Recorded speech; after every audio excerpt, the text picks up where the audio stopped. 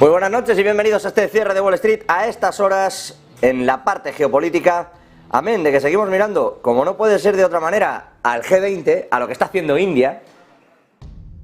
Protagonista Volodymyr Zelensky, lo quiera o no. El presidente ucraniano, ojo, hablando y cargando directamente contra Vladimir Putin. Dice Zelensky que Putin solo tiene una opción: asustar al mundo. En eso está. Voy a citarles textualmente. Dice que lo único que Vladimir Putin lo que está haciendo es aprovechar las advertencias sobre las armas nucleares como una forma de dividir a los aliados de Ucrania, diciendo que la amenaza atómica de Rusia es un punto frágil en realidad para la alianza. Eso es lo que cree Ucrania, lo que cree Zelensky, que dice textualmente: Putin solo tiene una opción: asustar al mundo con armas nucleares. Dice Zelensky en ese foro anual de estrategia europea de Yalta, que ha organizado hoy la fundación del multimillonario, por cierto, Víctor Pinchuk en Kiev, que presionará a Estados Unidos durante un momento frágil, ya que será un ciclo electoral, y que en eso está Vladimir Putin, intentando que cuando llegue ese ciclo algunos de los aliados decidan que no es el momento de entrar en una guerra nuclear, que por ahí no hay que ir, etcétera, etcétera. Putin ya ha dicho varias veces a Estados Unidos, a los aliados, que se mantengan al margen del conflicto. Además, en particular, ya saben que tuvo unas palabras duras contra Estados Unidos cuando Estados Unidos advirtió la pasada semana que iba a mover armas nucleares a Reino Unido. 52 millones de dólares se gastó en crear unas bases para precisamente acoger a los soldados que van a custodiar estas armas. Insisto, es verdad, le dijo, eso es una escalada en el conflicto. Y ahora enviar armas con uranio empobrecido a Ucrania también es una escalada en el conflicto. Lo han dicho claramente desde Moscú. Bueno, pues la respuesta de Kiev es que no hay que dejarse amedrentar. Dice que los aliados no deben fisurarse ni dejarse ir en esa deriva que es lo que busca Vladimir Putin, que es dividir a los aliados de Ucrania, y que es verdad que vienen unas elecciones, fíjense si lo tiene claro Volodymyr Zelensky. Fíjense si lo tiene claro, que sabe que vienen las elecciones y que eso va a ser un punto clave,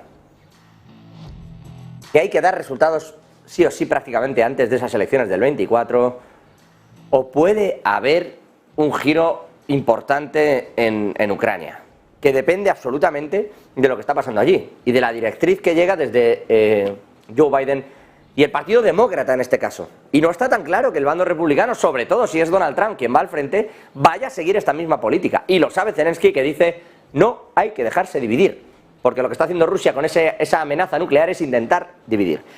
Este es uno de los protagonistas, ya que hablamos de asuntos bélicos, si me permiten, protagonista también India, pero no por nada bélico en sus fronteras, ni por el G20, con el que enseguida iremos, que ya saben que arranca oficialmente, hoy tiene algunas cositas, pero oficialmente este fin de semana, mañana, arrancará ese G20 en Nueva Delhi, con las ausencias del propio Putin y de Xi Jinping, con la llegada de Joe Biden y de Rishi Sunak, entre otros. No va Pedro Sánchez, ya saben que tiene COVID, lo adelantábamos aquí en la última hora de la noche de ayer. Insisto, protagonista India por lo que ocurre en Taiwán, lo ven en debajo, está estudiando las opciones. También hay elecciones, es que 2024 promete, que entre Estados Unidos, Alemania, con algunas locales, algunas también locales en Reino Unido, y por supuesto Taiwán, Polonia, que está, Polonia está ya a la vuelta de la esquina, no va a hacer falta ni acabar el año, pero es que promete, vienen un montón de elecciones, vienen muchísimos comicios que habrá que ver cómo salen, porque los conflictos van a cambiar radicalmente según el gobierno que aparezca en algunos países. Digo, Taiwán, protagonista absolutamente. China está un poco cansada, un poco no, bastante, de las injerencias estadounidenses, y en particular de que Joe Biden y el gabinete de Biden, una y otra vez, desde la Secretaría de Estado, especialmente Anthony Blinken, salgan a decir que Taiwán, llegó a decir Blinken, Taiwán será defendido como si fuera suelo americano de las injerencias de China, aunque nunca reciben a Taiwán porque respetan el asunto de una sola China y no quieren un conflicto internacional con China directo. De muchas otras maneras, sí, pero directamente, menudo follón. Y entonces lo que hacen es que no les reciben ni no les tratan como a un Estado, a Taiwán, pero sí que les dan alas. Oye, les defenderemos el suelo, y les dan, no solo les dan alas, dinero y armas. Y esto es lo que preocupa especialmente en China. Ante la posibilidad de que China, ojo a esto, pudiera incluso perder las próximas elecciones el partido más oficialista allí, y volver a ganar quienes ahora están, y perder esa fuente económica, porque cada vez se vaya separando más, ante esa posibilidad China está a punto o medita intervenir Taiwán. No destruirlo, no, pero sí intervenir allí. Ante la posibilidad de que eso ocurra, incluso India, uno de sus socios estratégicos con los BRICS, pero no ahora mismo pasando en su mejor momento de relación, India y China, está estudiando qué hacer en el caso de que haya una guerra entre China y Taiwán. Está estudiando esas posibles respuestas a esa invasión china que hubiera en Taiwán, esa posible invasión. De hecho, dicen que han hecho algunas consultas con Estados Unidos y que en Estados Unidos siguen deslizando la idea de que China va a acabar invadiendo Taiwán. Bueno, pues preocupados por esto, desde la defensa desde la Secretaría de Defensa de India, Anil Chauhan, el máximo comandante militar, ha encargado un estudio para examinar un impacto amplio de cualquier guerra en la isla que involucre a Estados Unidos y sus aliados y qué medidas podría tomar la India en respuesta. De hecho, hay un informe bastante oportuno en Bloomberg que habla de ese estudio y de cómo varios escenarios, bueno, brindarían incluso la oportunidad a la India de ser que ya lo es, pero ser el líder prácticamente del suministro tecnológico si se produjese ese desencuentro, porque ahora mismo Taiwán, todo pasa por Taiwán. Pero India dice, yo ya soy un líder tecnológico en el mundo, pero esto podría darme una posición de muchísima relevancia. La preparación de India para esa posible guerra por Taiwán lo que demuestra es cómo tiene ese alineamiento hacia cualquier lado en realidad. Fíjense que este estudio, este informe lo encarga a raíz de lo que le cuentan desde Estados Unidos. Y eso que se supone que está del lado de los BRICS, económicamente hablando, cuando hace los intercambios en yuanes, cuando incluso en yuanes paga a Rusia, o en rublos, por las construcciones de determinadas fuentes centrales energéticas. En esto está India, insisto, aquí lo hemos dicho muchas veces, el funambulismo de Narendra Modi es exquisito. Claro, que Xi Jinping ya tiene un cierto enfado con este asunto. Primero, no le dio la mano en aquella cumbre de los BRICS, que es relevante, lo hemos dicho muchas veces y algunos me dicen, bueno, sí, pero es relevante como gesto, e indica que China es consciente de que Modi juega a demasiadas cosas. El hecho de que Xi Jinping no vaya a la cumbre del G20 en Nueva Delhi este fin de semana, aunque mande al primer ministro, a Li Qiang, lo que demuestra es eso, que China ya sabe que Modi está jugando a demasiadas cosas y no le parece tan bien ni tan oportuno, y más si está dispuesto a jugar con Taiwán, si está dispuesto a buscarle rédito económico a lo que ocurre en Taiwán. En eso está India. Por cierto, ya que hablo de economía, me permitan, enseguida voy con el G20 en sí, pero acaba de publicar un informe preliminar la FEDIC. Informe preliminar sobre la famosa resolución del First Republic Bank. Recordarán ustedes que cómo cayó Silicon Valley Bank, cómo se intervino First Republic, cómo se acabó vendiendo, cómo JP Morgan sacó dinero de todas partes, y eso, que Jamie Dimon, bueno, pues no estaba, era consejero en uno de esos bancos. ¿Lo quieres comprar? No, no, yo no le veo atractivo a esto del First Republic, no le... Vale, bueno, pues nada, pues está a precio de saldo ahora porque ha quebrado. Anda, pues ahora lo compro. Pero si no era atractivo. JP Morgan. El caso es que recordarán ustedes todo aquello. El regulador, en teoría, y sobre todo a raíz de la caída del Silicon Valley Bank, el regulador es, entre otras muchas cosas, aparte, la Reserva Federal. Lo digo para que tampoco nos hagamos ascuas. La Reserva Federal tenía que monitorizar todo lo que estaba ocurriendo en esos bancos. Y dice el informe preliminar de la FEDIC, que es algo así como el sistema de seguros que luego se hace cargo de pagar todas estas bromas, y que tiene dinero de los propios bancos, dinero de la Secretaría del Tesoro, es decir, del gobierno de los bancos y de la Reserva Federal. Bueno, pues en el informe del análisis de lo ocurrido, dicen textualmente los reguladores estadounidenses a cargo de supervisar el banco en quiebra de First Republic, o sea, sobre esos reguladores, dice la FEDIC, los reguladores fueron demasiado generosos y podrían haber hecho más para desafiar efectivamente a la administración en sus planes para enfrentar un aumento de tasas de interés y el riesgo de liquidez. Toma, toma y toma. Dice la FEDIC, en Román Paladino, traducido, que las autoridades tenían que haber ido a decirle, dejad de subir tipos de interés, no lo hagáis ahora mismo. ¿No veis vosotros que tenéis gente de la propia Reserva Federal metida dentro y monitorizando todo esto? Que no cuadra el balance, que como subáis los tipos de interés os vais a cargar el balance de las entidades. Y dice la FEDIC, ¿debieron verlo? Esto era evidente. Si tú tienes unos bonos, o tienes bonos, muchos bonos, y con ellos estás realizando una serie de coberturas, como te suban los tipos de interés, como te hagan polvo luego ese balance, que es lo que pasó. Tú no tienes puesto en el balance la asignación real de esos bonos. En cuanto digas, venga, vamos a cubrirlo, calcúlamelo, ¿qué tienes? No tengo nada. Han subido los tipos de interés, no puedo soltar los bonos ahora, tengo que ir a vencimiento. No me sirven para nada, incluso son un peso. Y esto, que se lo explicamos nosotros aquí, lo sabe evidentemente un economista de la Reserva Federal. Y más cuando lo mandan específicamente a supervisar un banco. Y más cuando estás viendo venir una crisis. Y dice la FEDIC, debieron ser, es que la frase tiene su aquel, podrían haber hecho más para desafiar efectivamente a la administración en los planes para enfrentar el aumento de las tasas de interés y el riesgo de la liquidez. Primer informe en profundidad de la FEDIC sobre este First Republic Bank, con sede en California, atribuye la culpa a una pérdida de confianza del mercado y los depositantes. Dicen que esto lo habría provocado, también aquí tienen una luz fundida y la otra intermitente, que es que la quiebra de Silicon Valley Bank provocó la caída de ese banco, una crisis de confianza, toma ya, si eso lo vimos todos. Terminó incluso desembocando en que Credit Suisse, que tenía bonos de todas partes, fue intervenido y pasado a UBS. Y ahora resulta que aquello se hizo regular también y está dimitiendo todo el mundo porque tienen demandado al propio regulador de Suiza por 17.000 millones. El que dirigía el regulador lo ha dejado, alega estrés. No vas a tener estrés.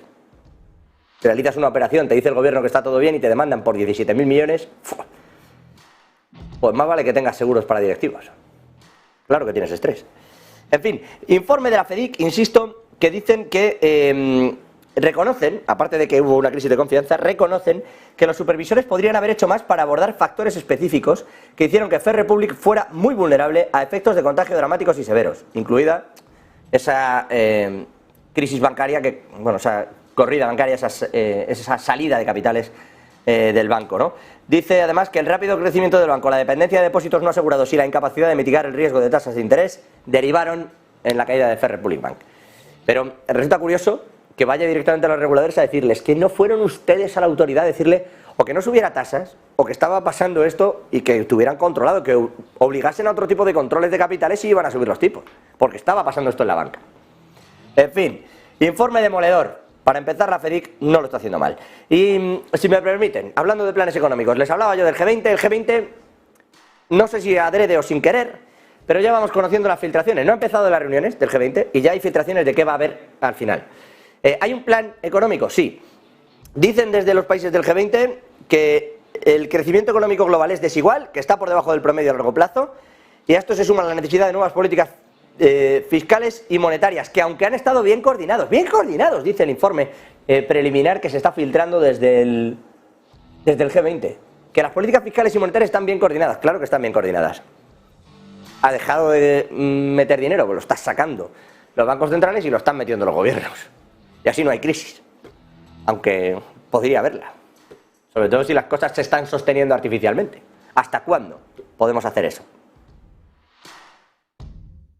También dicen que hay que luchar contra la pobreza, descubriendo la rueda también en el G20. Menos mal que lo hacen en Nueva Delhi.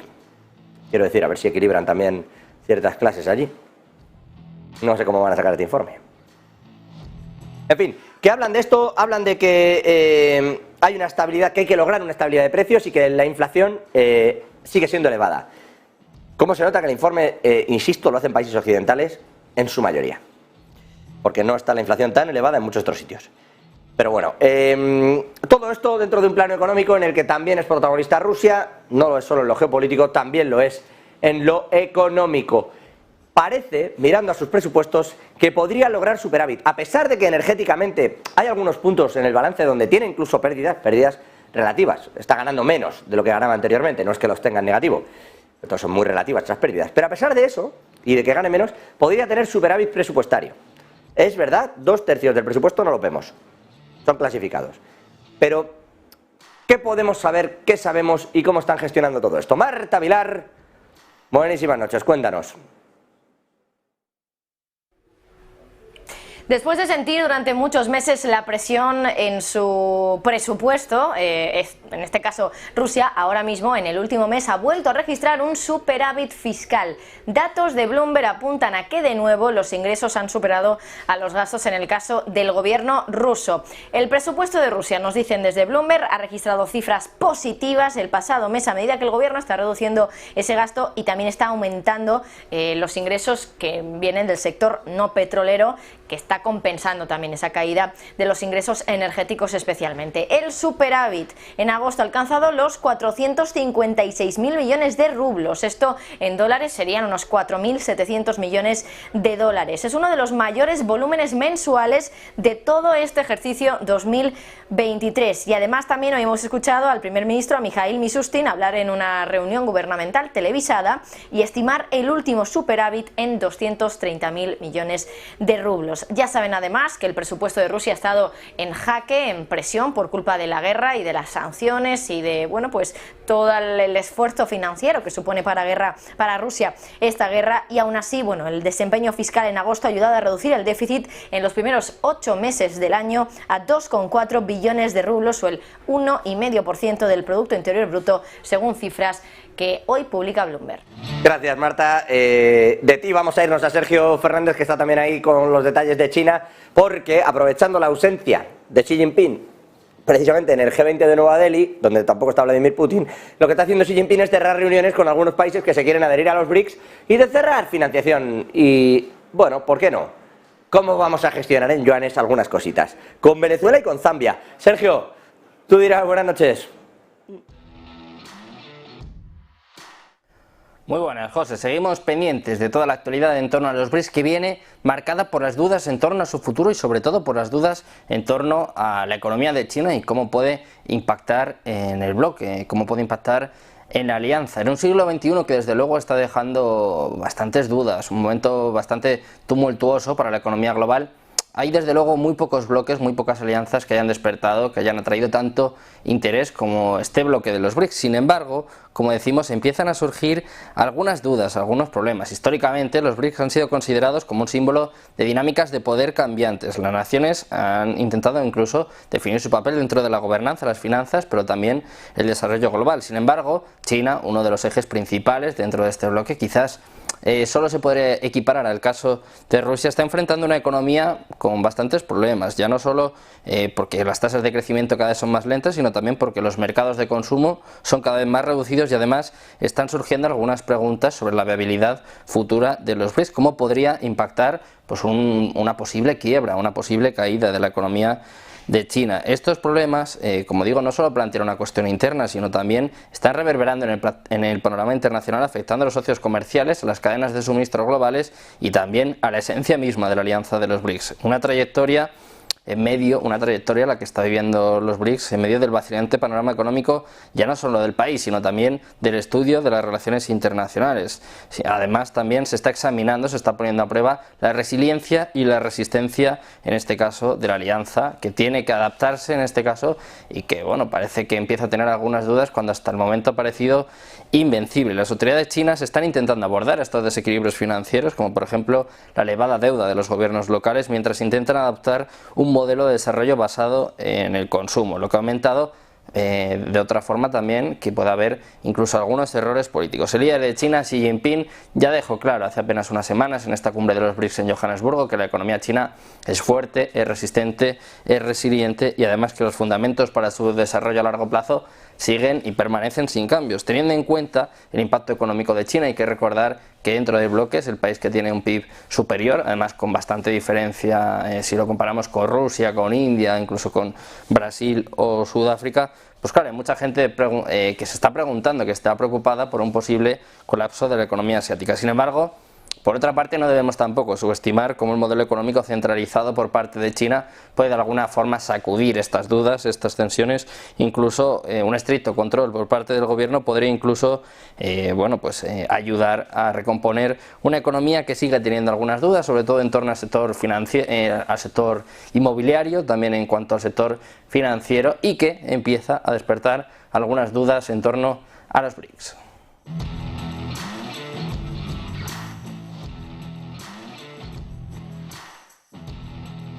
voy hasta Reino Unido, no pasa nada bueno. El otro día les contamos que quebró Birmingham. El ayuntamiento ha dicho, mira, déjalo, estoy en quiebra. Es que no hago más frente a los pagos. Ya no quiero saber nada del tema. Pero no es el único. Birmingham tiene que pagar 760 millones de libras. 1.000 millones de dólares, por si se quieren hacer... Porque les han metido demandas de equiparación salarial en el ayuntamiento desde distintos estándares de los propios funcionarios a lo largo de los años. Llevan tantos años de demandas, de reclamaciones, que además ahora hay que sumarle los intereses y los daños causados a quienes reclamaron.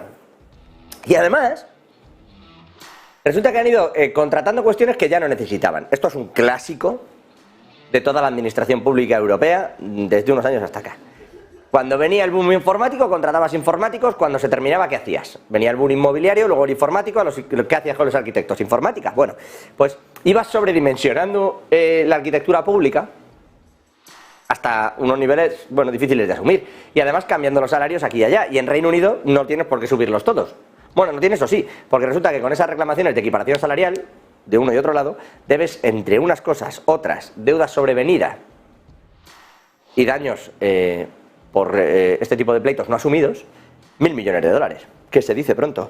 Hay 1,1 millones de personas que gestione el ayuntamiento de Birmingham, que no son pocas, no es México, pero no está mal. Han emitido en noviembre del año pasado un aviso en la sección 114, porque tenían un agujero de 164 millones de dólares en el presupuesto. Lo mismo con Turrock en Essex, lo mismo con Hoydon, lo mismo con 47 ayuntamientos. 47 ayuntamientos, grandes ayuntamientos, hay bastantes más administraciones locales, 47 ayuntamientos se van a declarar en quiebra. Vamos a analizar luego con detenimiento este asunto. Pero 47 ayuntamientos, incluyendo Birmingham, se declaran en quiebra, te cuentan cualquier cosa, están metiendo todos los gastos ahí dentro. ¿Por qué? Porque regular y dejar de pagar en el ayuntamiento están a la vuelta de la esquina las elecciones locales. Y dejar de pagar algunos costes al ciudadano y asumir que es tu culpa, eso no se ha hecho en política en la vida. Así que hemos decidido, allí en Reino Unido, empezar a decir que esto viene de unos gobiernos conservadores, que total, este señor no tiene ya muy buena prensa. Lo está pasando regular Rishi Sunak, por fuerte que parezca en este dibujo. El caso es que Sunak está diciendo que esto es un asunto de cada administración y que se pague cada quien lo suyo. Es decir, si usted no tiene dinero, haga un recorte, intente cuadrar su déficit y año a año va pagando. Le han dicho que no, que hay una serie de agujeritos legales por donde lo que van a hacer estos ayuntamientos es declararse en quiebra, que es lo que están haciendo, y a partir de ahí después ir a pedirle el dinero a la administración central. Insisto, van 47 grandes y van a ir después a administraciones de pequeñas entidades locales. Se le viene una cascada de reclamaciones de cantidades al gobierno de Sunak importante en medio de estas elecciones locales porque nadie está dispuesto a asumir, oye, es culpa mía, yo arreglo el déficit. ¿Quién dice eso de cara a unas elecciones? No las ganas. Hay uno que dice esto nos lo paga Sunak y los conservadores que la han liado y hay otro que dice, no, a ver, es que se me fue la mano, hemos presupuestado por encima de nuestras posibilidades, vamos a intentar recortar por aquí y por allá, este año no arreglamos el pavimento en este sitio, quitamos... Eso no va a pasar. O sea, va a pasar, pero no te lo van a decir. Lo que van a hacer es ir a pedirle dinero a Sunak, insisto. Importante todo esto, los concejales se van a reunir dentro de los 21 días posteriores a la emisión de un nuevo aviso de esa sección 114 que les he comentado, que acaba de pasar y que tendrá en el entorno de finales de... bueno, mediados del mes de octubre, esta importantísima reunión de algunos de estos concejales, porque tienen que elaborar un presupuesto, realizar recortes y reducir el gasto. Hay quien cree que como este gasto no se va a afrontar, insisto, en los próximos 12 meses y que se va a llegar a un impago, con un sistema de financiación muy roto, 13 años después de que empezaran los dispendios, estamos hablando de ese entorno de 2010, en los ayuntamientos, y de que la crisis le dejara sin una serie de regueros, se ha reducido y mucho el dinero que le llega a las administraciones locales en Reino Unido. Pues 13 años después hay que empezar a arreglar ese desaguisado. Como no lo van a hacer las administraciones locales, una y otra vez se van a declarar en quiebra para luego decir que es culpa del gobierno. Y lo pueden estar haciendo todo el año. Y el gobierno puede no pagarlo, ojo. Pero viene un conflicto importante. No acabó Boris Johnson, no acabó Liz Truss. Vamos a ver si Rishi Sunak llega a sus propias elecciones o las tiene que plantear antes. Y ya que estamos en Europa, me permitan protagonista a Alemania. Este ha decidido darle la vuelta al cajón, fíjense, la locomotora alemana. En la del todo va muy bien, los países del sur van peor, la industria en Alemania funciona muy bien, en Italia, en España, en Grecia que se apañen, pues ya no va tan bien. Van a cerrar todo el año en contracción, llevan 3 meses, se lo contábamos ayer, en contracción también en la producción industrial, es decir, ya ni siquiera la industria funciona.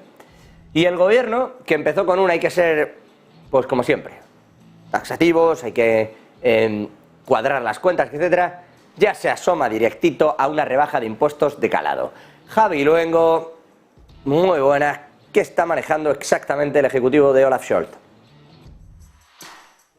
Alemania, una nación nada desdeñable, finalmente parece que está ignorando al Banco Central Europeo, y el liberal Christian Lindner lo que dice es que más allá de las peticiones de Christine Lagarde sobre que los estados deberían dejar de lado su política fiscal expansiva, va a por ellos, y lo que anuncia es un recorte de impuestos adicional de unos 2.000 millones de euros para 2024, que aún no están incluidos en el proyecto de ley de presupuestos. El 1 de enero, de aquí a unos meses, el mínimo sustancial libre de impuestos aumentará en 180 hasta cerca de los 12.000. Ingresos imponibles inferiores a este mínimo de subsistencia no están sujetos, por ejemplo, al IRPF, al impuesto de la renta sobre las personas físicas. El subsidio básico por hijos, un crédito fiscal para los padres, también va a subir el umbral, 228 euros hasta por encima de los 6.600. Lo ha admitido en la Cámara Baja Christian Lindner en el Bundestag, diciendo también en el debate presupuestario en el que el alivio fiscal adicional será de más o menos unos 2.000 millones de euros. Se cumple así con el requisito constitucional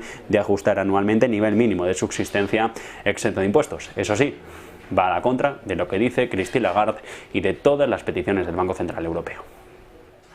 Gracias, Javi. Todavía en Reino Unido, bueno, aunque relacionado también con una cuestión que está haciendo JP Morgan, que es despedir, hay que hablar de Barclays. La entidad británica se prepara para eliminar miles prácticamente de puestos de trabajo. El 5% del personal comercial de la parte de atención al cliente se va a ir a la calle. A Barclays no le salen las cuentas, no es que no le salgan para mal, no es que diga, ostras, estamos perdiendo dinero, pero es que desde que están los tipos de interés tan arriba, la división comercial, lo de colocar hipotecas cuando tienes una inflación como la tienes en Reino Unido, está siendo complejo. Está cayendo el precio de la vivienda además a un ritmo importante, y quien compra vivienda no lo hace efectivamente llamando a una hipoteca o queriendo cambiar algún activo de pequeño valor en el banco. No pasa eso. Así que Barclays ha decidido que esta unidad de momento y con los tipos aquí no es rentable y va a despedir a la gente. No han querido comentar el asunto, pero dicen que ellos revisan periódicamente las operaciones para asegurarse de satisfacer las necesidades cambiantes de nuestros clientes de una manera eficiente y efectiva. Lo que traducido significa, no tenemos clientes en esa parte y nos sobra personal. Porque no, es que la necesidad de nuestro cliente no va por ahí, reformulemos el negocio. Si yo lo entiendo, es capitalismo puro. Pero hombre, que la gente se va a la calle por necesidad de nuestros clientes tampoco diría yo que es el vínculo exacto. Se van porque no cuadra y no le sacas la rentabilidad esperada ahora, con los tipos así, a esa división. 5%, insisto, de la plantilla en esa división comercial se va a ir a la calle. En fin, con todo y con esto sobre la mesa, si me permiten ustedes, cerramos las noticias del día, vamos un minutito a publicidad y pasamos al análisis. Vamos a hablar de esto, vamos a hablar de todo lo que está ocurriendo en Reino Unido, porque es muy llamativo, insisto, y porque esa quiebra de los ayuntamientos no ha hecho más que empezar. Y vamos a preguntar si